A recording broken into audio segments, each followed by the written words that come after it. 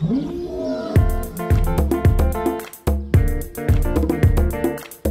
everybody, welcome to the PAWS Pod. Brought to you by PAWS International. We're your hosts, Jen Hodgelick and Claire LaFrance. PAWS is a global animal welfare organization that protects animals around the world through education and advocacy, rescue, and refuge. This is your #1 podcast for animal news, animal welfare issues and discussions, insight into our nonprofit, and the best rescue stories. Let's rise up and roar. We are very excited to release this first episode recorded right here in our Boston office and share some insider content with our supporters and offer an intro for those of you who are new to our organization. PAWS has been heavily involved in the world of animal welfare for over 30 years. We strive to make a global, lifelong impact for animals.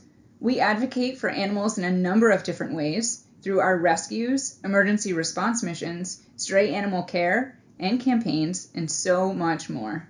You may have seen some of our rescue stories featured in 2018 in the Washington Post, on NBC, in the Boston Herald, through Associated Press, National Geographic, and even People. And if you, like us, love the Dodo, the leading online source for animal news and shareable content, we're featured there as well.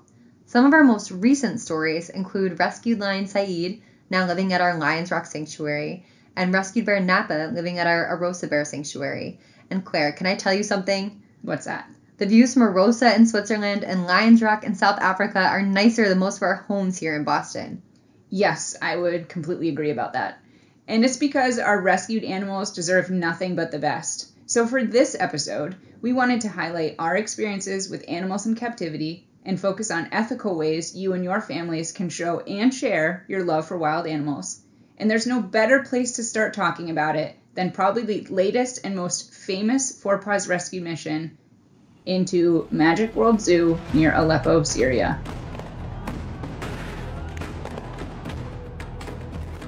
"13 animals were the last survivors out of approximately 300 animals that used to inhabit Magic World Zoo, located near Aleppo, Syria. Hundreds of animals had died because of starvation, or they were caught in the crossfire of the Syrian civil war. And, when our team first learned of the dire situation that these animals were in, we absolutely knew that we had to intervene. And for those of you who aren't 100% up on your geopolitical history, I know that I definitely struggle with that at times. We'll tell you a little bit about the background. Syria had been caught in conflict for years with a complex web of international support on either side, accusations of human rights violations, and violence towards ordinary citizens that is almost incomprehensible. Yeah, on top of that, these animals were trapped alongside the people of Aleppo by bomb explosions, landmines, and gunfire. Because of this rescue took months of preparation, planning, logistics, and securing the necessary precautions. And luckily, the mission was spearheaded by PAWS veterinarian and head of the Emergency Response Unit, Dr. Amir Khalil, who has been operating emergency rescue missions for PAWS for more than 24 years. Yeah, I like to refer to Dr. Khalil as the Indiana Jones of animal welfare. Best name. I say it all the time. I honestly don't think there's any other way to describe him. He's incredibly brave, very intense. He's also extremely captivating, humble, smart man, knows exactly what he's doing, trained veterinarian. And I had the privilege of sitting down with Dr. Khalil not too long ago to talk about this rescue and a lot of other things. And I wanted to share this conversation with Jen and our listeners. Let me play you a section of what he had to say when I asked him his first experience when learning about the animals at Magic World Zoo in Syria. That a lot of animals are dying, emaciated. They lose a lot of animals due to the war situation. The airstrike in Syria, especially in the region where this Magic World Zoo exists, and urgent need is help. There is no veterinary service, there is no food, no medicine, there is no access to this region. It was under, I will say, rebels and terrorist groups. Not only one, it was over 23 groups are in the surrounding, and it was very difficult region. Our team worked quickly, collaborating on a rescue effort alongside an international team of ambassadors, military and security advisors, and both Syrian authorities and the Turkish government. All of these to ensure a safe entry and exit, not just for the animals, but our rescuers on the ground. With the intense heat, this posed greater risk to the health of the animals, who were already starving, dehydrated, malnourished, injured from the infighting, and some barely clinging to life. To complicate an already challenging rescue operation, Syria is one of the most unstable countries in the world. Here's Dr. Khalil again describing the situation. To make such a mission clear, it needs a lot of work and logistics. I mean, one of the main job what we have to do to look to the political map of the region and Syria to understand even how to bring the animal out and from each border. The animal under I will say authority which is not recognized under Jabhat al-Sham or Qarar al-Sham and Jabhat al-Nusra. These are classified as terrorist groups linked to Al-Qaeda group. So you cannot negotiate with them, you cannot deal with them. No one come into this location, no one come out. To go out, you have to go to Turkey, which is impossible. To go to Afrin or Kurdistan, it's also impossible. To go to Halab or Aleppo, which is under Syrian regime Bashar al-Assad, it is impossible. They are in war together. You have Hezbollah, you have the Russian, you have the coalition under the American. So it is very complicated. I mean, we have a political map which show how complicated, and one I will call it mission impossible. Mm-hmm. So to start to study this map, it was very important to understand what is the political interest, with whom we can negotiate, and which government or country can open their border to take the animal out. And we find one of the government which was able to negotiate with us was the Turkish government, and we were able to assist in opening the border for us and to let us in and out and allow the animal to enter through Turkey. It sounds pretty impossible, doesn't it? I don't know if you were able to understand, but he was talking about the region just outside of Aleppo, which is the largest city in Syria. It has literally been destroyed by war. Infighting was present among multiple groups, including al-Qaeda-affiliated factions, the Syrian president Assad and his supporters and troops. Hezbollah was involved, Shia militants, the Kurds, and again, like Jen said, just tons of international support for all different sides. The conflict in Syria, and specifically the Battle of Aleppo, was sparked largely by the Arab Spring back in 2011 and 12. You guys remember that? Syrian troops actually finally took back over the city of Aleppo in 2016, but all this made the rescue particularly harrowing. A lot of security clearance are needed, especially with the staff on the ground. Even we will be able to take the animal with a convoy of big cars. You can protect maybe the animal on the ground, but you never have a guarantee that there is airstrike and they can bomb this convoy.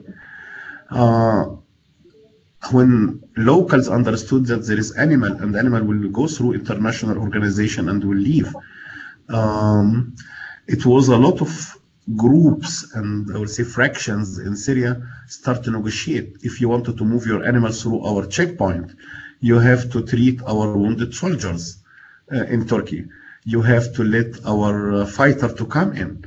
So start to be a lot of political communication, political situations, and we were have to do another plans, I would say exit plans, how really if plan 1 is not working, we have another 2 or 3 plans ready to be implemented with immediate effect to go to other border, to go to other countries, and we have different teams we're working on the ground. So we have 2 convoy at first day we rescue the animal. 1 convoy we say there is animal inside, and to make also our propaganda that the animal will go to this border, that I will say the bad guys should wait, but they will have empty convoy, no animals inside. And the animals convoy, we communicated to the ground team all the time within 2 or 3 minutes before they move where she should move. They don't know to the last minute for security reason, to protect them. Claire, I have chills. I can't even, and you get tears in your eyes thinking about this, you know? Yeah, it's super intense. I mean, what you heard here is Dr. Khalil saying that his team had to organize 2 convoys, one to be a decoy in case one of these groups, all these complex groups vying for power in the area, would want to use our mission as a target or some kind of collateral or whatever political means they wanted with us. It just sounds insane. Jen, I know that you had experience when the U.S. staff was here working to help effectively and safely communicate the updates from the mission. What was your most memorable part? Oh my gosh, so many things. Let me think. I think a major challenge that the team had faced was when they were detained during their rescue, something, you can never really anticipate. They were left sharing their food and water with the animals, so these four-legged refugees wouldn't starve, waiting to get through the border. Each day they were delayed, it posed new threats. And because of this, Dr. Khalil had to strategically coordinate the logistics and operations to ensure that the safety of the team and the animals would be maintained. Exactly. Here's Dr. Khalil again when we spoke. We have to monitor the animals 24 hours, not only the animals, to monitor the security situation and the development of the war. So such type of mission need a lot of preparation, and they need also a training. It's not everyone in the team just say, I would like to be a volunteer in such a mission. We have also, the team need to have the needed training to be able to manage the psychological pressure and also the hard conditions at such places. But luckily, after the days that they were detained, the team made it through the border. They began their 24-hour straight journey through Turkey to the Captivity Rescue Center. And in an ideal world, the team would have been able to let the animals recover longer without bringing them first on such a large and long journey and transport. But the most important thing at the time was getting them to safety as soon as possible. And it was at Captivity where the team was first able to conduct medical examinations, and these include eye exams, microchipping, vaccinations, and ultrasounds. And during these exams and at this rescue center, this is where the animals first had their first moments of the care that they deserve, where they could finally start to begin to recover before the next step on their journey. And I remember at this point, all of us here in our Boston office were wondering what is going to happen next. And will these animals be able to make it? We had seen pictures, and they were so skinny you could count their ribs, and they had open wounds all over their bodies. And at the end of the day, the suffering they were forced to endure caused for a lot of health complications for these animals. Yeah, Dr. Khalil shared with me one particular gut-wrenching story about one of the rescued tigers, Sultan. I want you to hear this. Here you go. Only 13 animals we were able to rescue. From these 13 animals, all of them have special health condition because there were many months with bad nutrition or no nutrition, no medication. The tiger, especially one of the tiger, have heart problem. We were lucky that the animal done this trip inside Syria to come to the Turkey border. They were in very, very, I will say, risky situation or concerned health situation. We have also the team and the experienced wildlife vets, and when we check the animal, we find really they have a serious problem, and it is risky to continue the trip with these animals.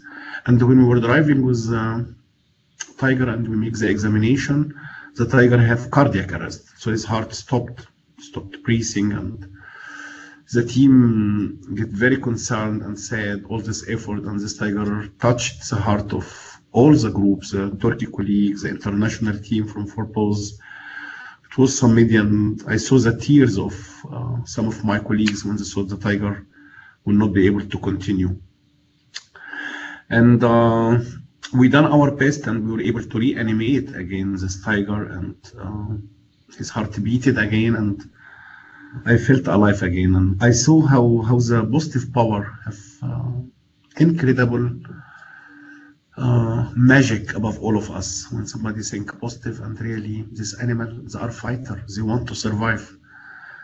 But the moment itself when we lost the tiger for, I will say, few minutes, less than few minutes, it was a lot of tears I noticed in the eye of my team and was working with me, and also my eye was in tears, in fact, because we want this animal to go to his final destination, to touch the grass, to swim, and to enjoy the rest of his life. And thanks God, they are now enjoying their life. It is so moving and was an incredible moment that was actually captured by a film crew we had traveling with the rescue. The video from this crew we then posted to the PAWS USA Facebook page. It has now received over, or just about 430,000 views. If you haven't seen it, go check it out. We'll link to it. It's an incredible moment, and you could be you could feel safe watching it because obviously you know the ending. Obviously you know the tiger's okay. Yeah. And oh my gosh, I mean, like, Claire, the animals, they had made it this far. All 13, no casualties, and they still had quite the journey ahead of them. From Karakabe, these animals were flown to our amazing partner sanctuary, Amawa for Nature and Wildlife in Jordan. And although PAWS has sanctuaries around the world, we also have partner sanctuaries and organizations that we work with. And these are especially important because they help us provide animals with much needed care within the animal's means. So having these credible partners near a rescue location is critical to ensuring a better recovery for the animals so that you're not flying them to Europe or South Africa from all over the world without them first being rehabilitated and strong enough to make it. The animal's health, safety and health is the first priority. So it's a fine balance between getting them to where they ultimately need to go and making sure they can actually survive their journey. When the animals did first arrive at Almawa, the PAWS team and Almawa staff carefully worked together, released them into their temporary enclosures. It was a moment I know the whole team will never forget. The mission had come to one end. The animals just had a safe place. They had the opportunity to recover, have veterinary care for the first time. There's a lot of steps ahead of them, but I just remember, like, for now, take a deep breath. They're safe. And we say it all the time, but it's incredible to think about the first. You know, it's their first moment that they are experiencing peace. And one of my favorite moments is when the animals arrived at Almawa, and it's about Dana, the lioness. The next day after she was released into her temporary enclosure, the very next day, just going to emphasize that again, she had her baby. And the team discovered during their original medical examinations, after they had conducted an ultrasound, that she was pregnant and was so far along that she could have given birth at any time. And to recognize, to pay tribute to the instincts of this beautiful animal, that she didn't want to give birth to her baby in an unsafe place. That's absolutely incredible. I really believe that she was hoping for a miracle, and she was lucky enough to get one. You know, the birth of her cub, Hager, it's a metaphor for the whole mission of being able to offer these animals a second chance at life, to have them be born into freedom. Yeah, Dr. Khalil also had given us some insight into the life of this little cub. The moment is quite bittersweet. Here he is again to explain. Hager is he is like the survivor because he was really, it is Arabic name, and Hager is like the survivor. It is the immigrant. It is the one who is immigrated. It was chosen, in fact, this name by Princess Alia because she felt how was important that this lioness kept all the pain, all the trip from Syria till Jordan, and within 6 hours by arrival in Amman or in Jordan, she get her baby. So she was just waiting, all this suffer, all these problems and long trips, and after this she get her baby. But due to sure the nutrition situation from the last months before and the condition of the mother, this lion's cub don't survive for long. This was sad, but it was a very clear message, like also the collateral damage of a war. So even though the story didn't have the happiest of endings, Hager taught us all something. Her death represented the cost of war to these animals. Not that we needed to be reminded, but we did need to be reminded that we can keep working to prevent unfortunate and unnecessary casualties like this in the future. Another lion brought to Almawa from Aleppo was Saeed. I love talking about Saeed, if you don't hear it in my voice. He was actually transferred to our Big Cat Sanctuary in Lions Rock this past February. So this is what makes this story really relevant. Just about a year later, I had the pleasure of seeing Saeed in South Africa this past October, and to witness his reunion with Dr. Khalil, because we were both down there together. It was unbelievable. And when me and Dr. Khalil were talking about his reunion, this is what he said. When I saw Saeed, sure, and with you, Claire, in South Africa, at first I was very happy, and for many reasons. At first, I realized how the animal is happy. He is relaxed. He is peaceful. He is not more aware from any bomb, war, grenade shooting. So he's really very peaceful. He is not aware if a car passed nearby.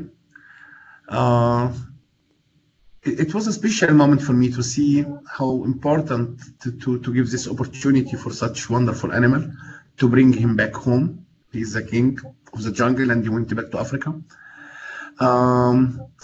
I think also I was very happy because I saw the team is able to manage this. He has the best care. Really, it is incredible joy to see a team doing the best for this animal.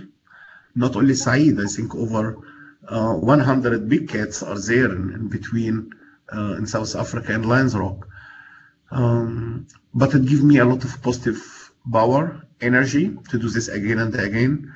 And I hope I will be able to rescue more animals in the future with Forbos team.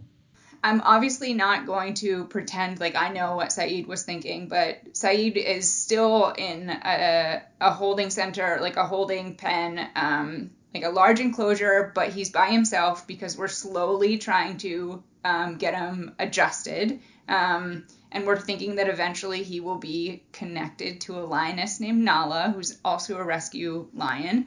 But for the most part, when I was down there, he was alone in a pen. And I mean, again, it was a magical moment.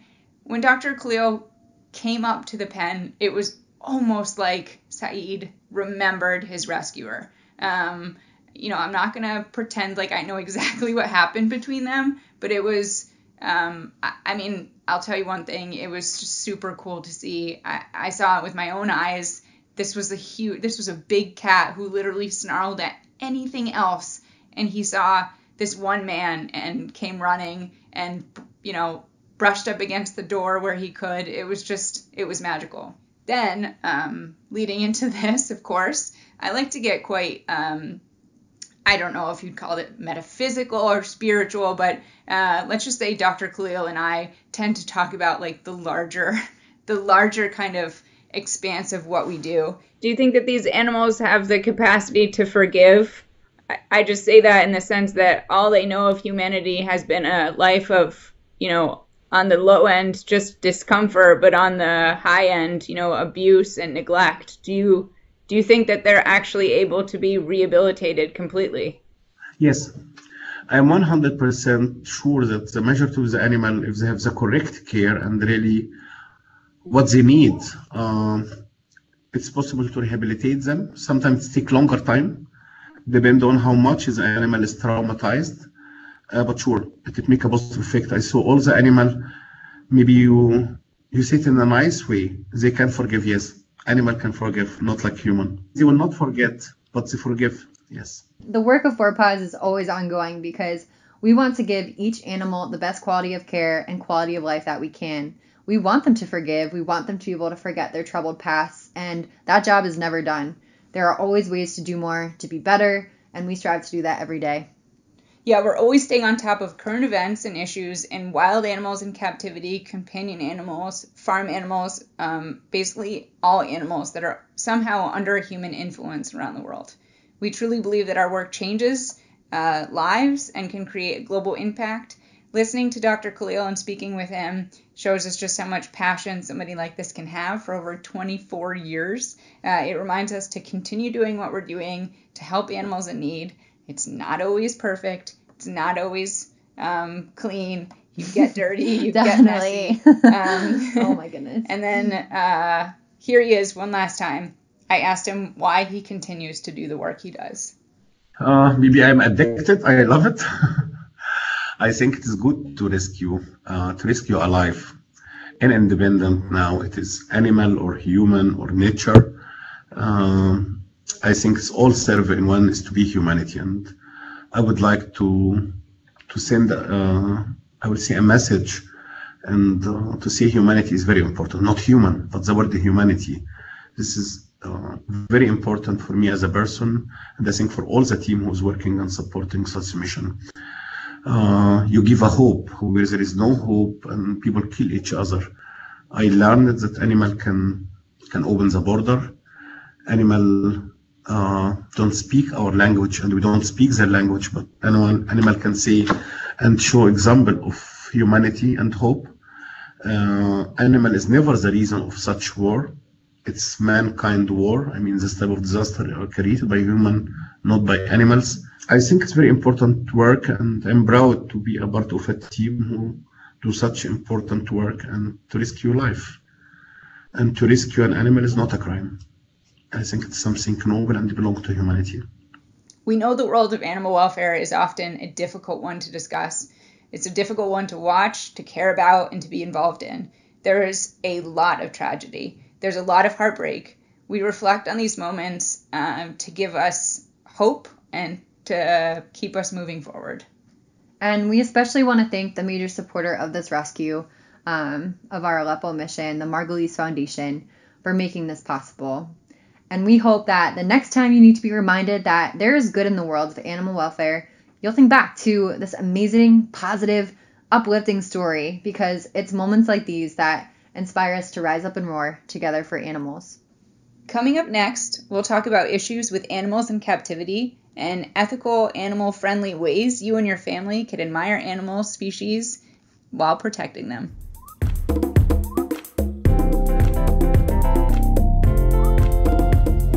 PAWS International is a global animal welfare organization helping animals for 30 years. With its U.S. headquarters based in Boston and its international headquarters based in Vienna, Austria, PAWS has raised the standard for keeping conditions of wild animals in sanctuaries, offered emergency response and disaster relief aid, advocated for animals across the globe, and much more. Find out more information at www.for-paws.us.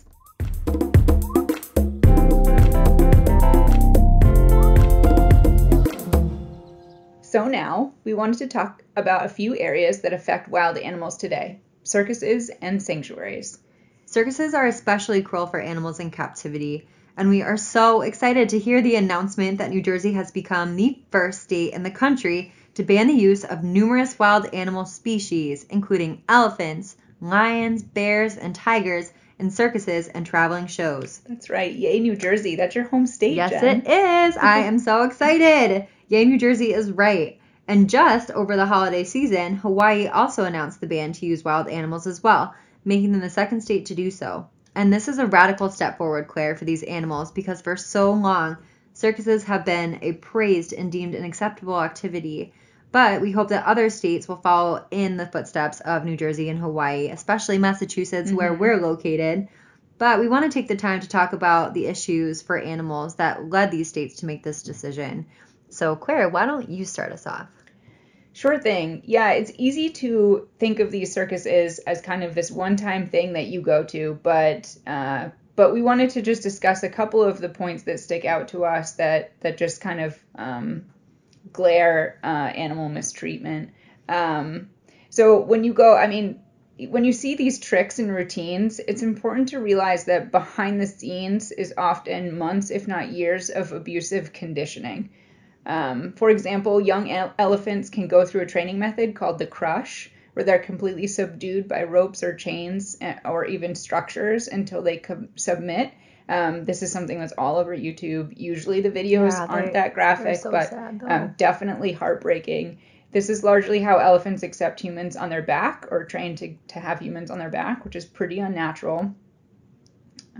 Another thing about circuses we wanted to highlight is the use of bull hooks. Jen, I don't know if you know what a bull hook is. Yes, I've heard about it, but it would be great to explain for our listeners here. Yeah, they're a training tool that's predominantly used by handlers in circuses. So think of just like a heavy metal or wood bar, kind of like a broom handle, and then on the end is a sharp metal hook. And it's used to kind of poke the sensitive areas behind the ears of elephants or on their torso, kind of to get them just to get in line or do a trick, and they've become quite controversial. Yeah, and Aside from the cruelty of these obvious training practices, these animals are still forced to repeatedly perform. And an example of this is the tigress Xena in the Russian circus. There's videos of that online, right? Yeah, it's been all over social So media. This tigress was forced to jump through a fiery hoop, and after she makes it through, she has a seizure. And what was the handler's response? Dumping a bucket of water on her.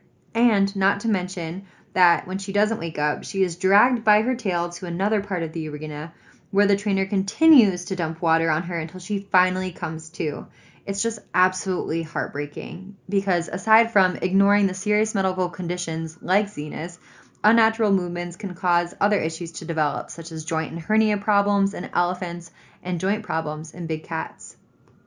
Outside of the actual circus performance as well, like the curtain doesn't fall for these animals. The show continues. They're kept in confined cages in between shows and endure pretty gruesome transportation conditions. Some circuses can travel up to 50 venues per year. A worldwide study of traveling circuses put together by our colleagues over at Animal Defenders International found that tigers and lions can spend between 75% and 99% of their time in severely cramped cages. This is nuts. That's their whole day. I know. Elephants can spend 58 to 98% of their time chained by one leg. It's crazy.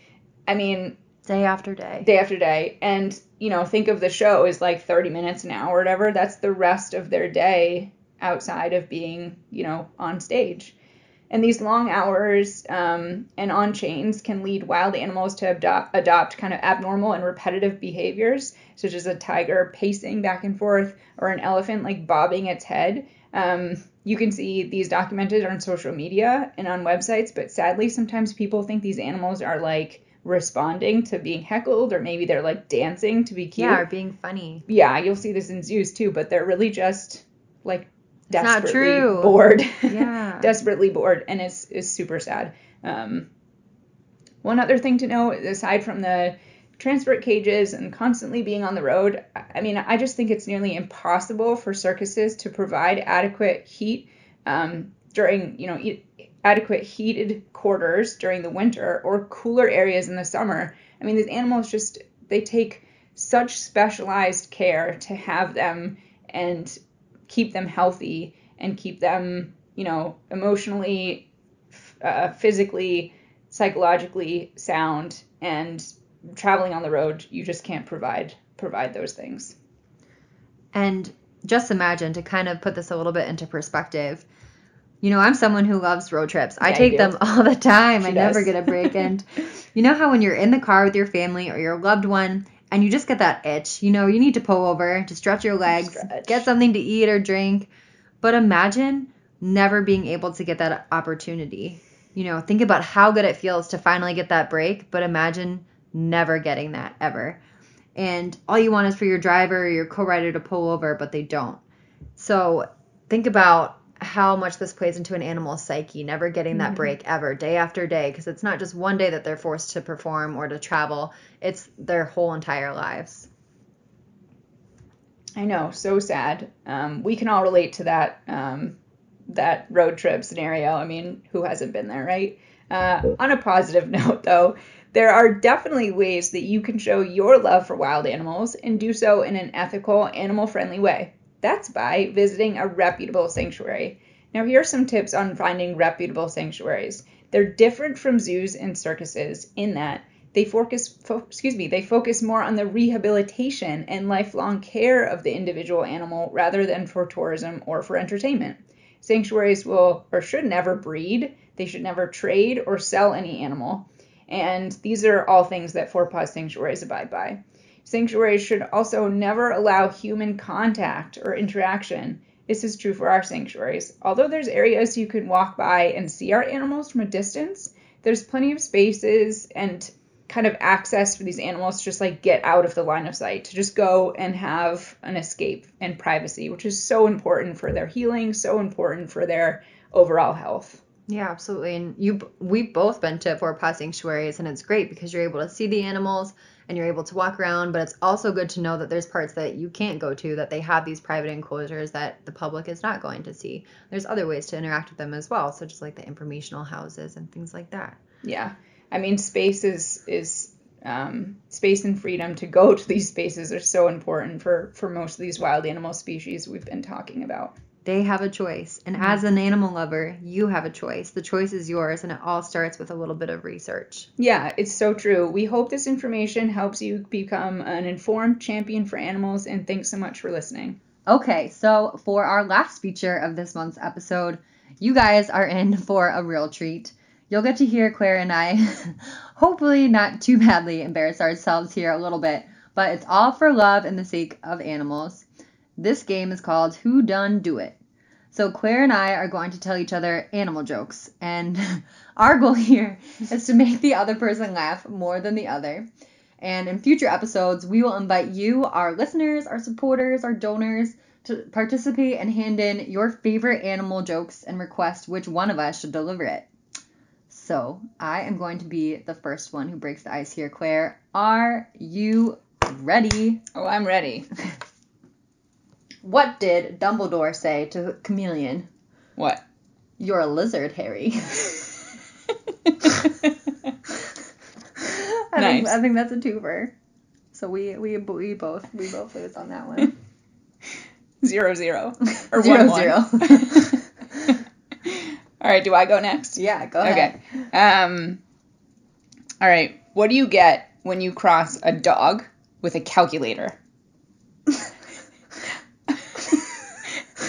A friend you can count on. Oh my gosh.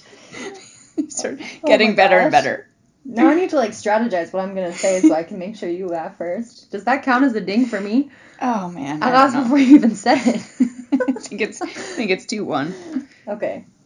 So, Simba was moving so slow. So, what do you think I told him to do? What? Mufasa. Oh my god, we're such dorks. I think that's 2-2. All right, my turn? Mm-hmm. All right. Two circus lions break free and corner a clown in his dressing room. It's all about the delivery. Not the end of the joke, Jen. Okay, sorry. All right. So I'll start over. Okay, I'm ready. Two circus lions break free and corner a clown in his dressing room. I can't even get through the joke. I just don't know where it's going. Okay, sorry. Start again. All right, you guys got it. Okay, two circus lions break free. They corner a clown in his dressing room. One lion says to the other lion, "Forget him. Those things taste funny." That one was worth it. I like that one the best so far. All right, cool. Okay, I gotta step my game here up. What am I at, 5-1? Man, okay. So, where did the sheep go on vacation? No idea. To the Bahamas. Oh my god, that's so bad. Oh, it's so bad, it's so good. Okay. A duck walked into the bar, and the bartender says, "Your money's no good here." You know what the duck says? "Put it on my bill." Did you get it? Yeah, I got it. He says bill. Yeah. Because he's a duck. Jen's looking at me like I'm insane. Okay. You go. Okay. What's a dog's favorite drink? Water. Dr. Pepper. God. Oh, side note, do not feed your animals soda. Yes, do not do that. Okay. What did the bear say to the tiger in the fitting room? I have no idea where this one's going. I'll be out in a moment. I'm barely dressed. So bad. That's pretty bad. Oh my god. Yeah.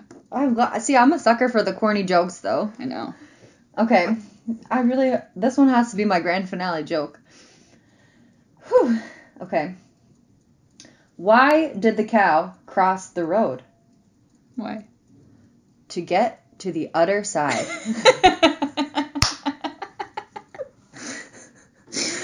I should have known that one. I don't know if I didn't know that. Oh my god. Okay. I have one more. Okay. What's a cat's favorite movie? The Sound of Meowsick. Is that what you play for Rue? Yeah. Yeah. Oh my The hills God. are alive. Okay, I don't really know if we can say that we can pick a winner for that one. Yeah, I think that was just pretty bad all around. We both just giggled our heads off. So I hope that was entertaining. Okay, well, that sounds good to me. And then that concludes our segment of Who Done Do It on the 4PAWS Pod. Thank you guys so much for listening. And if you are interested in handing in your best animal joke, please send to info@4-paws.us. We'll also include directions and instructions on how to submit on our 4PAWS USA Facebook and Twitter pages. Thank you guys so much for listening to the first episode of 4PAWS Pod. Tune in for our next episode, released around the beginning of next month. Follow us on Twitter and Facebook to see what topics we will be discussing. We can't wait to have you listen again. Follow us on this journey. If you like this episode, please encourage your family and friends to listen, download, and share, of course. I'm your co-host, Claire LaFrance. And I'm your co-host, Jen Hodgelick. And we hope to see you guys soon right back here. Rise up and roar.